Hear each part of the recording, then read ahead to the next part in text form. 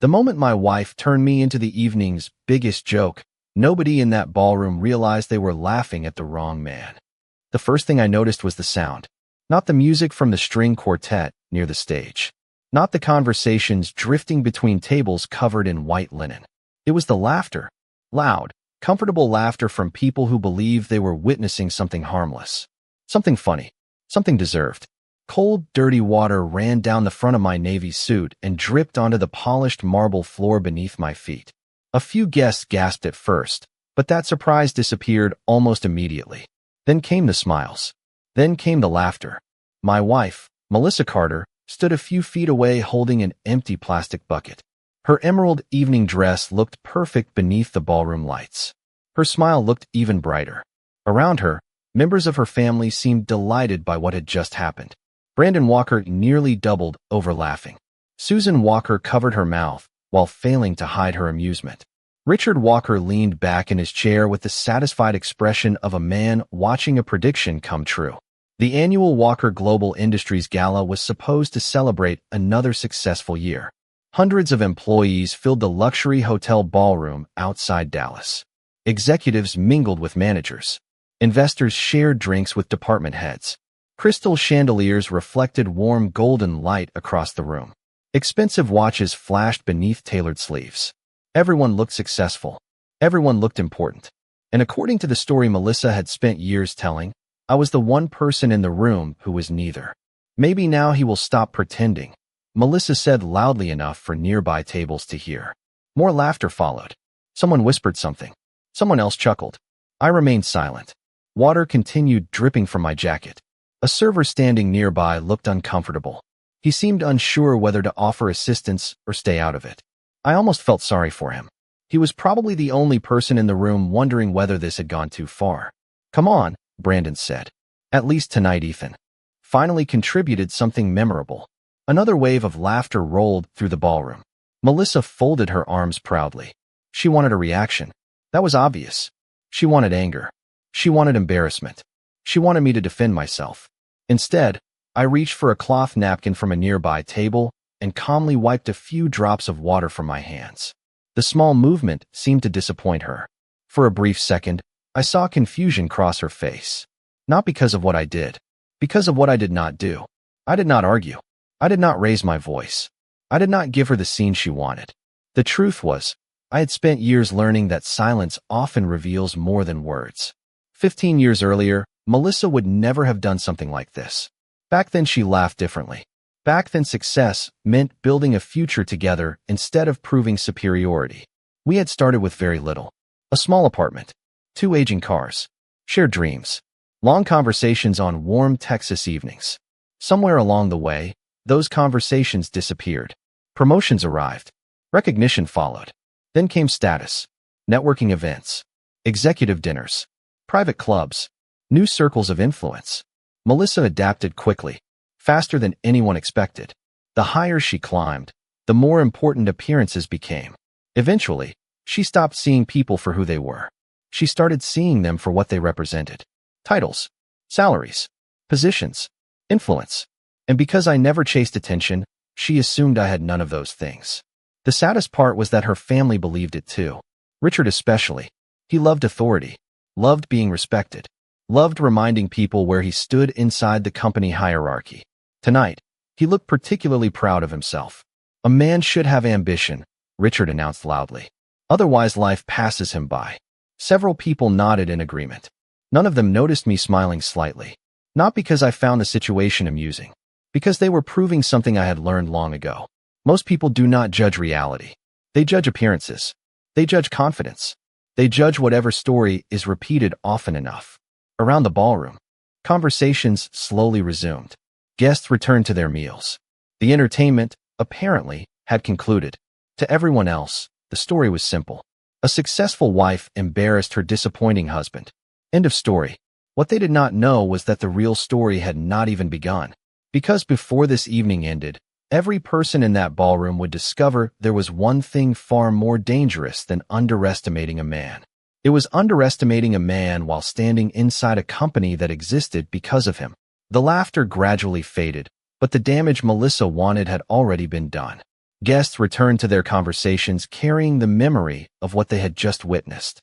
A few people glanced in my direction before quickly looking away. Others smiled politely, as if pretending nothing unusual had happened. That was how public humiliation worked. Most people did not want to participate directly, but they rarely stopped it either. They simply watched.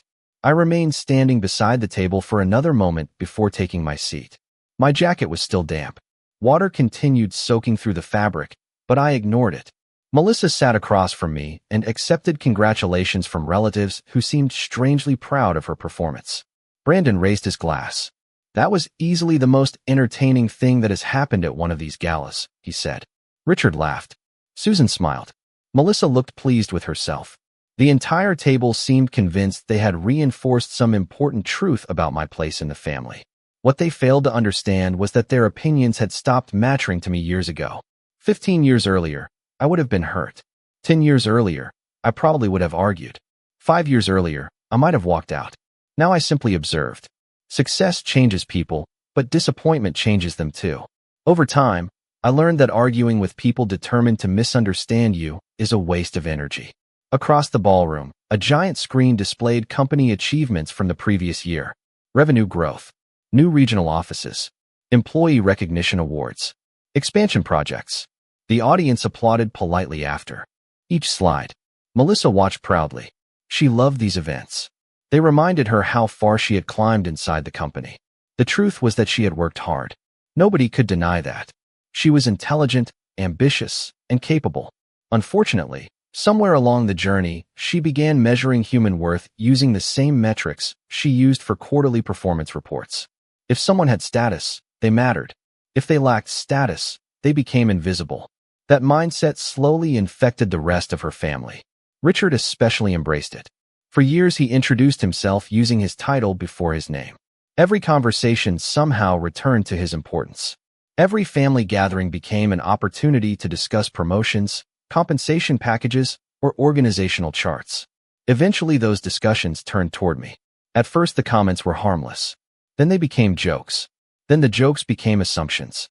Before long, assumptions became facts in their minds. The version of Ethan Carter they believed existed had almost nothing in common with reality. Melissa looked at me from across the table. "You could have at least changed clothes before coming tonight," she said quietly. "You always make things harder than they need to be." I almost smiled. The irony was remarkable. She thought my appearance embarrassed her. She had no idea how little attention I paid to appearances. "I think tonight turned out exactly how you wanted," I replied calmly. She frowned. "Do not start." "I am not starting anything." That answer seemed to frustrate her even more. Melissa wanted conflict because conflict would justify her behavior. Calmness forced her to sit with it instead. Around us, the gala continued. Waiters carried trays between tables. Soft music returned. Executives exchanged handshakes. Investors discussed opportunities. To everyone else, the evening appeared normal again. Yet I noticed something most people missed. Several senior leaders were checking their watches. One vice president near the stage looked toward the ballroom entrance repeatedly. Another executive appeared to receive a message and immediately left the room. Small details, easy to overlook. But I had spent enough years observing people to recognize patterns. Something was different tonight. Very different. A few moments later, the master of ceremonies stepped onto the stage and welcomed everyone officially. Applause filled the room. Melissa joined in enthusiastically. Richard sat straighter in his chair. Brandon checked his phone. I glanced toward the entrance once more. The hotel doors opened briefly before closing again. A black sedan had just arrived outside. From where I sat, I could only see part of it through the glass. Yet even that small glimpse caught my attention. The timing was unusual. The schedule said the final executive guests were not expected for another 45 minutes. Whoever had arrived was early. Very early. I leaned back in my chair and watched quietly. Because if there was one thing I had learned after years of staying in the background, it was this. The most important moments rarely announce themselves. They arrive quietly, disguised as ordinary events.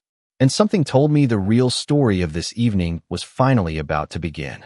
The black sedan remained visible through the glass entrance for only a few seconds before hotel staff moved to greet its passengers. Most people in the ballroom never noticed it. They were too busy focusing on speeches, conversations, and appearances. I kept watching.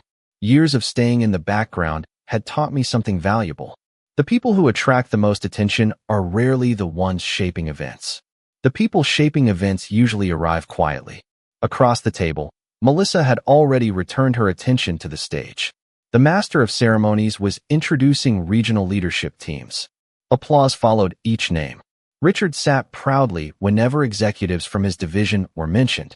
Brandon seemed more interested in checking messages on his phone than listening. Susan smiled politely at everyone. To an outsider, we probably looked like a successful family enjoying a corporate celebration. Appearances can be remarkably convincing. The ballroom lights reflected against crystal glasses and polished silverware. Waiters moved between tables carrying meals that cost more than some people spend on groceries in a week. Soft music played beneath the speeches. Everything looked elegant. Everything looked controlled. Yet beneath that polished surface, I could feel something changing. One of the vice presidents near the stage checked his watch again. Another executive quietly left his table and walked toward the entrance. A third received a phone call and immediately stepped into the hallway. Small movements. Connected movements. Important movements. Melissa finally noticed me looking toward the entrance. "What are you staring at?" she asked. "Nothing important," I replied. Technically, that was true. The people themselves were not important. The reason they were arriving early was what mattered. Melissa shook her head. "You always do that." "Do what?" "Act like you know something nobody else knows." I almost laughed. "Would be helpful." He nodded respectfully and returned moments later. Funny how often basic courtesy comes from people who have nothing to prove. Melissa watched the exchange without saying anything. Then she looked away. The silence between us felt larger than the ballroom itself. Across the room, the entrance doors opened again. This time I recognized one of the people walking inside. Daniel Brooks, Chief Executive Officer of Walker Global Industries. His arrival immediately changed the energy near the front of the room. Executives straightened in their chairs. Conversations paused. Several department heads stood to greet him. Daniel usually arrived later during these events. Tonight, he was nearly an hour early. More importantly, he did not look relaxed. He looked focused. Very focused. Richard noticed him instantly. "Now that is someone who understands leadership," he said proudly. He adjusted his jacket and stood. "Excuse me. I should go say hello." Brandon followed his gaze and smiled. "Good idea. Never miss a chance to be seen by the boss." Richard headed toward the entrance with obvious enthusiasm. Melissa watched him go. Around us, dozens of employees turned their attention toward Daniel Brooks. Yet while everyone else focused on the chief executive officer, I focused on something different. The expression on Daniel's face. Because the moment he stepped into the ballroom and scanned the crowd, it became clear he was not looking for executives, investors, or board members. He was looking for someone specific. And when his eyes finally found me across the room, his entire expression changed. For a brief moment, the entire ballroom seemed to disappear. The speeches faded into the background. The applause became distant noise. All I noticed was Daniel Brooks standing near the entrance looking directly at me. It was not the casual glance of a chief executive officer scanning a room full of employees. It was recognition. Immediate recognition. Deliberate recognition. Daniel's expression shifted the instant our eyes met. Most people would have missed it. Melissa certainly did. Richard did not notice either. They were too busy admiring the importance of being close to him. But I noticed. I always noticed. Richard reached Daniel first. I watched him extend his hand confidently. His smile widened. His posture straightened. Everything about him projected certainty. Daniel shook his hand politely, but his attention remained elsewhere. Richard began speaking immediately. That was another habit of his. He believed influence came from talking. He never understood that truly influential people spent more time listening. From across the ballroom, I could see Daniel nodding occasionally. Yet his eyes continued drifting past Richard, past the executives, past the guests, back toward me. Melissa followed my gaze. "What are you looking at now?" she asked. I lifted my glass and took a small sip of water. "Nothing." She frowned. "You have been staring at him since he arrived." "Have I?" "Yes." There was irritation in her voice. Melissa disliked things she could not explain. Tonight was becoming full of them.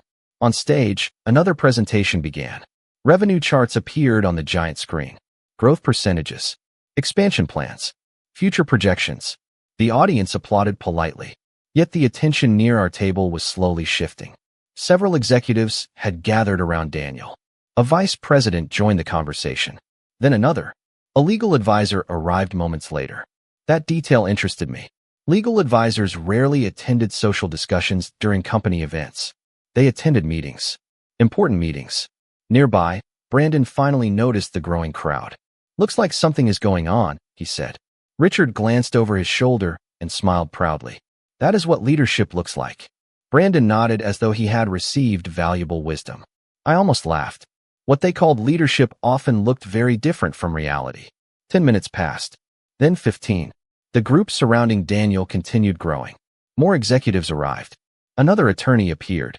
A board representative entered through a side door and walked directly toward them. This time, even Melissa noticed. "Why is a board member here?" she asked quietly. Richard shrugged. "Probably routine business." Yet his answer lacked confidence. Because he knew as well as I did that board representatives did not make unexpected appearances at annual galas without reason. Across the ballroom, Daniel checked his watch. Then he spoke briefly with the board representative. The conversation lasted less than 30 seconds. Whatever was said caused both men to look toward me again. Melissa saw it this time. So did Richard. The change in their expressions was immediate. Confusion first, then curiosity, then something else, something closer to concern. "Why are they looking at you?" Melissa asked. I placed my glass down carefully. "You would have to ask them." That answer only made her more uncomfortable. Around us, conversations continued. Guests laughed. Servers carried trays. Music played softly. Yet beneath the surface, tension was building. Invisible tension. The kind people feel before they understand why they feel it. Daniel ended his conversation and started moving. Not toward the stage. Not toward the executive tables. Toward our side of the ballroom. Several senior leaders followed him. The board representative followed too. Richard stopped speaking completely. Brandon lowered his phone. Susan sat perfectly still. Melissa looked from Daniel to me and back again. Every step seemed to increase her anxiety. I remained seated. Calm. Quiet. Observing. The same way I had observed for years. Daniel crossed the ballroom floor at a steady pace. The conversations around him gradually faded. Employees noticed movement. Managers noticed attention. Soon dozens of people were watching. Then hundreds. The closer he came, the quieter the room became.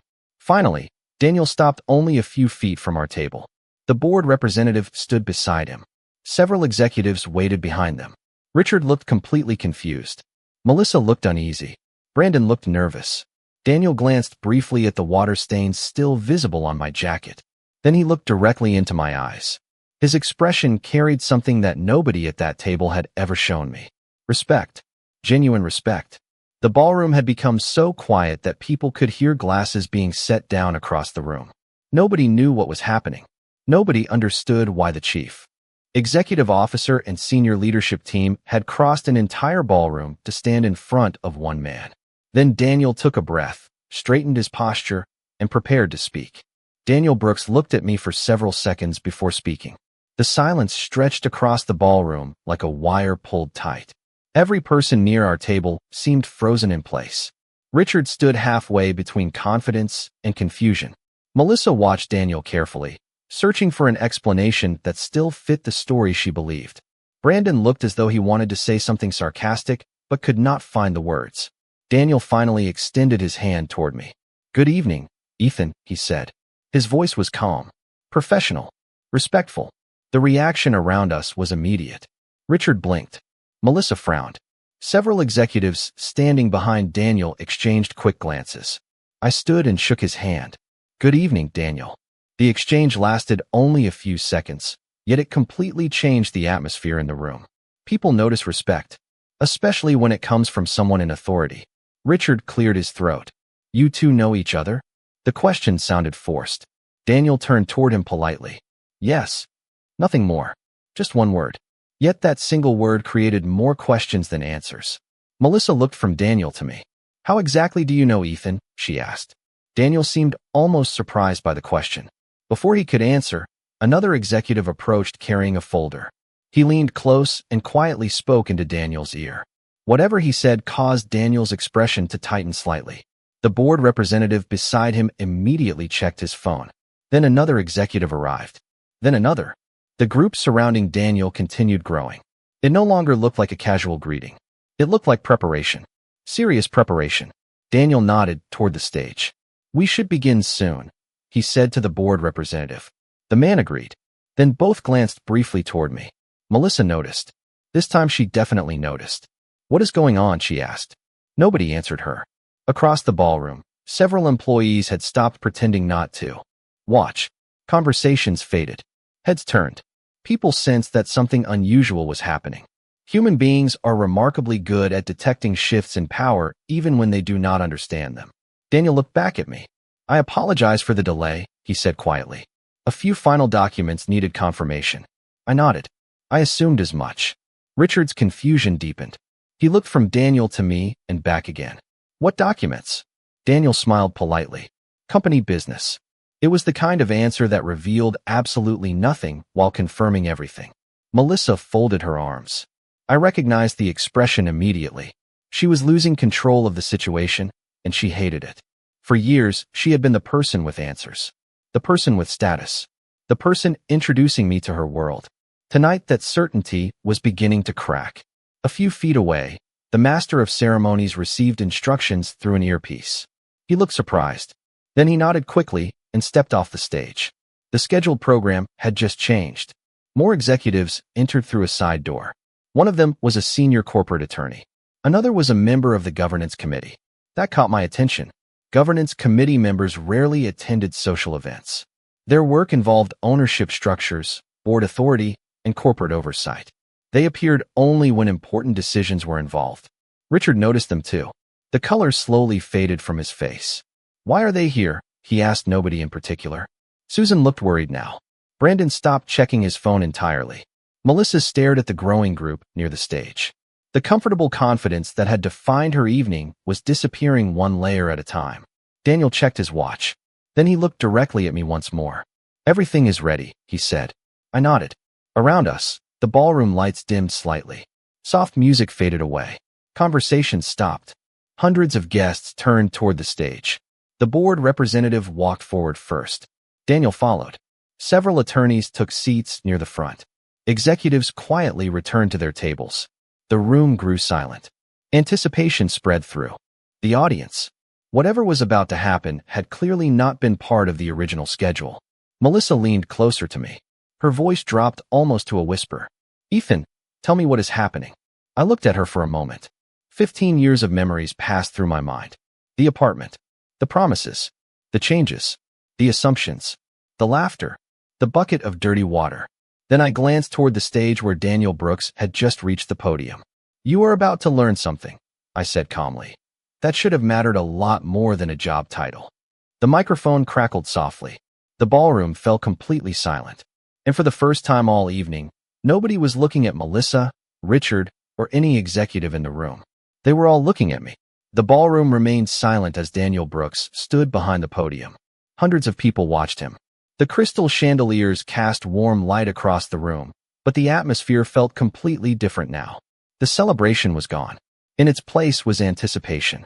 Nobody knew what was about to happen. Nobody except a handful of people standing near the stage. Daniel adjusted the microphone and looked across the audience. "Good evening, everyone," he said. His voice carried easily through the ballroom. "Thank you for joining us tonight." A few polite smiles appeared, but nobody spoke. Daniel continued. "I realize this announcement was not included in the original schedule. However, recent developments require immediate attention from senior leadership, board representatives, and company stakeholders." The phrase "recent developments" immediately caught the attention of every executive in the room. I watched several managers exchange nervous glances. Melissa looked toward the stage and then back at me. Her expression was growing more unsettled by the minute. Richard sat rigidly in his chair. Brandon stopped moving entirely. Daniel continued speaking. "Walker Global Industries has experienced remarkable growth over the past 2 decades. New markets, new facilities, new opportunities. Thousands of employees have contributed to that success." Applause started briefly but faded almost immediately. Daniel's tone made it clear this was not a celebration speech. "Many people understand how the company operates today," he continued. "Far fewer understand how the company survived during its most difficult years." The room grew even quieter. A large screen behind the stage displayed historical images of the company. Old warehouses, early offices, original leadership teams, faces most employees no longer recognized. Daniel glanced toward the board representatives seated nearby. 20 years ago, critical decisions were made that protected this organization from outside control and ensured long-term stability. Those decisions shaped everything that followed. Melissa frowned. Richard leaned forward slightly. Something about the direction of the speech was making them uncomfortable. Daniel accepted a folder from one of the attorneys standing near the stage. He opened it carefully before continuing. The board recently completed a comprehensive review of those foundational agreements. The review confirmed that the original ownership structure remains fully intact and fully enforceable. Several executives immediately sat straighter. Ownership structure. That phrase carried weight. Real weight. People who understood business recognized its significance. People who did not understand business could still sense its importance. Melissa slowly turned toward me. "What does that mean?" she whispered. I kept my eyes on the stage. "Listen carefully." Her expression tightened. Daniel continued. "For many years, the principal owner behind that structure chose to remain private. No publicity, no interviews, no executive title, no public recognition." A murmur spread through the ballroom. Not loud, just enough to signal growing curiosity. Daniel waited for silence to return. That decision allowed leadership teams to focus on growth while preserving long-term strategic control. Another document appeared on the large screen. Legal language, signatures, dates, corporate seals. The audience looked confused. The executives looked concerned. The attorneys looked completely calm. That difference mattered. Across the room, several people began turning toward me again. Not because they understood yet, because instinct was starting to guide them. They had noticed where Daniel looked. They had noticed who senior leadership approached earlier. They had noticed patterns even if they could not explain them. Melissa noticed those looks too. Her confidence was disappearing. Richard's face had become unusually pale. Brandon stared at the stage without blinking. Daniel closed the folder and stepped away from the podium for a moment. Then he looked directly across the ballroom. Directly at me. Every person in the audience followed his gaze. Hundreds of heads turned. Hundreds of eyes focused on the same table. The room felt frozen. Daniel spoke again. This time his voice carried something different. "Respect. There is one individual here tonight whose contribution to this company cannot be measured by a title or organizational chart." Complete silence followed. Nobody moved. Nobody spoke. Melissa's breathing seemed shallow. Richard looked completely lost. Daniel placed both hands on the podium. "Before we continue with the board announcement," he said calmly, "there is someone I would like to personally acknowledge." Every eye remained fixed on me, and for the first time all evening, the people who had laughed earlier were no longer smiling. The silence inside the ballroom felt almost unreal. Hundreds of people sat motionless, their attention fixed on a single table. The same table where laughter had echoed less than an hour earlier. Daniel Brooks remained behind the podium, his eyes still on me. Nobody seemed willing to breathe too loudly. Nobody wanted to miss what came next. Melissa stared at me as though she were seeing a different person sitting in the same chair. Richard looked completely lost. Brandon's confidence had vanished so thoroughly that he appeared smaller somehow. Around the room, executives exchanged uncertain glances. They knew something important was happening. They simply did not know how important. Daniel allowed the silence to stretch a few seconds longer before speaking again. "There are many people who contribute to the success of an organization," he said. "Employees, managers, executives, investors, partners, every one of them matters." Several audience members nodded automatically. Daniel continued. "But occasionally, there is an individual whose influence exists far beyond titles and reporting structures. Someone whose decisions shape the future long before anyone realizes it." The room remained perfectly still. Daniel stepped away from the podium and accepted a document from one of the attorneys. He held it up briefly. "Tonight, during our governance review, the board reaffirmed the original ownership agreements that have guided this company for more than 2 decades. Ownership agreements.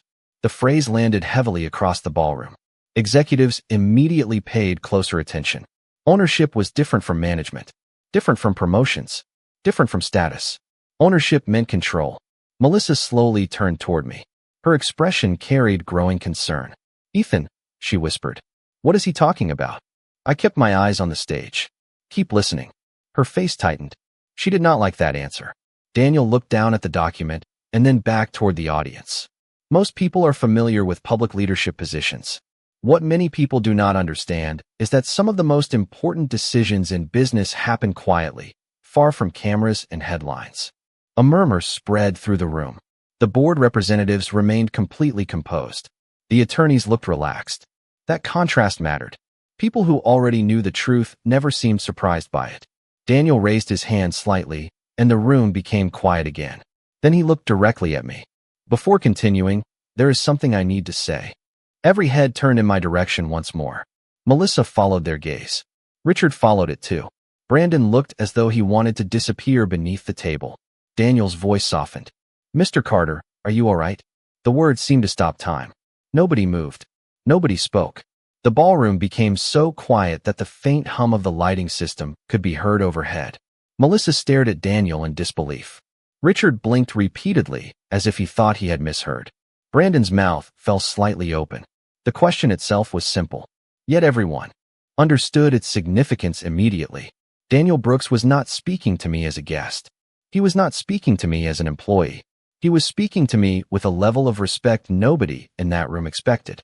I stood slowly from my chair. The damp marks on my jacket were still visible beneath the ballroom lights.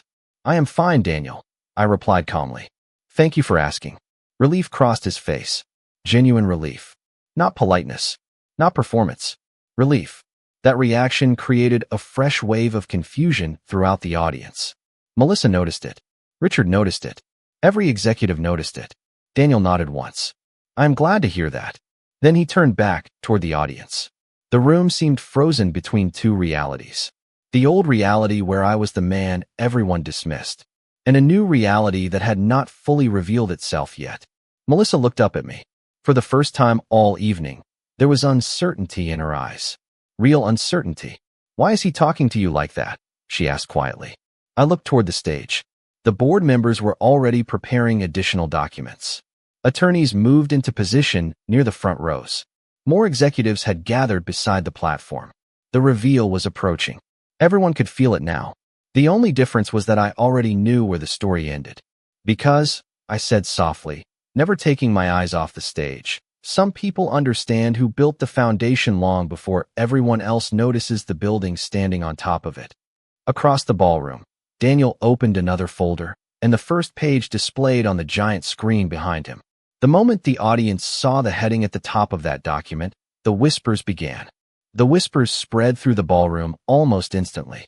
Hundreds of people stared at the giant screen behind Daniel Brooks as the document filled the display.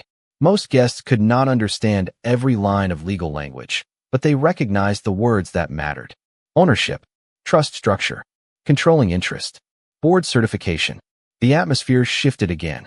This was no longer curiosity. This was realization beginning to take shape. Daniel stood quietly while the audience absorbed what they were seeing. Beside him, board representatives remained seated with calm expressions. The attorneys looked completely comfortable. They had reviewed these documents countless times. For them, nothing about tonight was surprising. For everyone else, the ground was moving beneath their feet. Melissa stared at the screen, then at me, then back at the screen again. Her face had lost all color. Richard looked as though he had forgotten how to breathe. Brandon sat motionless. Around the room, executives began reading the names appearing on the documents. Some leaned forward. Others adjusted their glasses. A few exchanged stunned looks. Daniel finally spoke. As part of the governance review completed this week, the board has reaffirmed the validity of the original ownership agreements established more than 20 years ago. The room remained silent. He continued. Those agreements created a protected trust structure that secured long-term control of Walker Global Industries and ensured strategic stability across multiple decades. Another document appeared on the screen, then another. Dates, signatures, certifications, board resolutions, evidence layered upon evidence. Nobody could dismiss what they were seeing. This was not rumor. This was not speculation. This was fact. Daniel looked toward the audience. Many employees have spent years working within this organization without ever knowing the identity of the individual who maintained controlling ownership through that structure. The tension became almost unbearable. Melissa gripped the edge of the table. Richard lowered his eyes briefly before looking back toward the stage. Brandon seemed completely unable to process what was unfolding. Daniel accepted a final folder from one of the attorneys. He opened it slowly. Then he looked directly at me. Every person in the ballroom followed his gaze. Hundreds of heads turned at once. Hundreds of eyes landed on the same table. The room felt frozen in place. Daniel's voice remained calm, professional, respectful. The controlling owner of Walker Global Industries has never served as chief executive officer. He paused. He has never sought publicity. Another pause. He has never requested public recognition. The silence deepened. Melissa looked at me with growing disbelief. The story she had believed for years was collapsing piece by piece. Daniel continued. Instead, he chose privacy. He chose stability. He chose to place the company's long-term future above personal visibility. Margaret Ellis, chair of the board, stood and approached the podium. Her presence immediately increased the weight of the moment. On behalf of the board, she said, I would like to formally acknowledge the individual whose stewardship protected this company through its most critical years. She turned toward me. The entire ballroom turned with her. Then she smiled. Mr. Ethan Carter. The reaction was immediate. Gasps echoed throughout the room. Several executives looked genuinely shocked. Others appeared to finally understand pieces of a puzzle that had never made sense. Melissa covered her mouth. Richard stared at me in complete disbelief. Brandon simply froze. Margaret continued. Mr. Carter remains the majority controlling owner of Walker Global Industries through the original trust structure established more than 2 decades ago. Another document appeared on the screen. This time the percentage was impossible to miss. 58% controlling ownership. Not influence. Not participation. Control. Real control. The whispers returned instantly. Employees looked at one another. Managers exchanged stunned expressions. Executives lowered their heads. Across the ballroom, people who had laughed earlier suddenly seemed very interested in avoiding eye contact. Melissa slowly stood from her chair. Her voice barely carried beyond the table. Ethan. It was the first time all evening she had spoken my name without arrogance. Without irritation. Without superiority. Just confusion. Just disbelief. I looked at her calmly. Then I looked toward the stage where Daniel, Margaret, and the board representatives stood waiting. The truth was finally visible. Not because I had announced it. Not because I had defended myself. Because facts speak more clearly than pride ever can. And as the reality settled over the ballroom, everyone began understanding the same thing at exactly the same moment. The man they had spent years dismissing was the man whose signature ultimately stood above every title in the company. The ballroom remained silent long after the documents disappeared from the screen. It was the kind of silence that only appears when people are forced to reconsider everything they thought they knew. Hundreds of employees sat frozen in their chairs. Executives stared at the stage. Managers avoided eye contact. The laughter from earlier in the evening felt like it belonged to a different lifetime. Melissa remained standing beside the table. Her eyes never left me. Richard looked exhausted. Brandon seemed completely lost. Around the room, people were not reacting to wealth. They were reacting to perspective. An hour earlier, they believed they were looking at a man with no influence. Now they were realizing how easily appearances can deceive. Daniel Brooks stepped back from the podium and allowed the moment to settle. No dramatic music played. No celebration followed. Real life rarely works that way. Truth does not need special effects. It simply arrives and changes everything around it. Melissa finally spoke. Her voice was quiet. Why did you never tell me? The question carried through the silent ballroom. Everyone heard it. I looked at her for a few seconds before answering. Because I wanted to know who would respect me without knowing. Her eyes filled with emotion. Not because of the ownership documents. Not because of the board announcement. Because deep down she understood exactly what I meant. 15 years earlier, she would have passed that test. Somewhere along the way, she stopped. Richard slowly stood from his chair. The confidence that had defined him all evening was gone. Ethan, he said carefully, I owe you an apology. I shook my head gently. No, Richard. What you owe is reflection. He looked confused. I continued. An apology fixes a moment. Reflection changes a person. The words hung in the air. Richard lowered his eyes. For once, he had no argument. No title. No status. No speech. Just consequences. Daniel returned to the microphone. Before we conclude, tonight, there is one final matter. The audience immediately focused on him again. The board review also examined leadership culture throughout several divisions of the company. Several executives shifted uncomfortably. Daniel's tone remained professional. The findings identified repeated concerns regarding workplace conduct, misuse of authority, and behavior inconsistent with company values. Nobody spoke. The room felt smaller with every sentence. Effective immediately, several leadership positions will be re-evaluated under standard governance procedures. Daniel paused briefly. Those reviews will include Richard Walker's division. A ripple moved through the ballroom. Not celebration. Not shock. Recognition. The realization that accountability had finally arrived. Richard closed his eyes for a moment. Then he nodded slowly. Perhaps for the first time in years, he understood that position does not protect anyone from consequences forever. Daniel continued. Walker Global Industries was built to outlast individual leaders. The standards apply equally to everyone. That statement mattered more than any ownership percentage. Equal standards, equal accountability, equal responsibility. Melissa sat down slowly. The reality of the evening seemed to weigh heavily on her now. She looked toward me again. Can we talk later? She asked quietly. I considered the question. Then I nodded once. We can talk. Her shoulders relaxed slightly. Not because everything was fixed. Nothing was fixed. But because honesty still leaves room for dignity.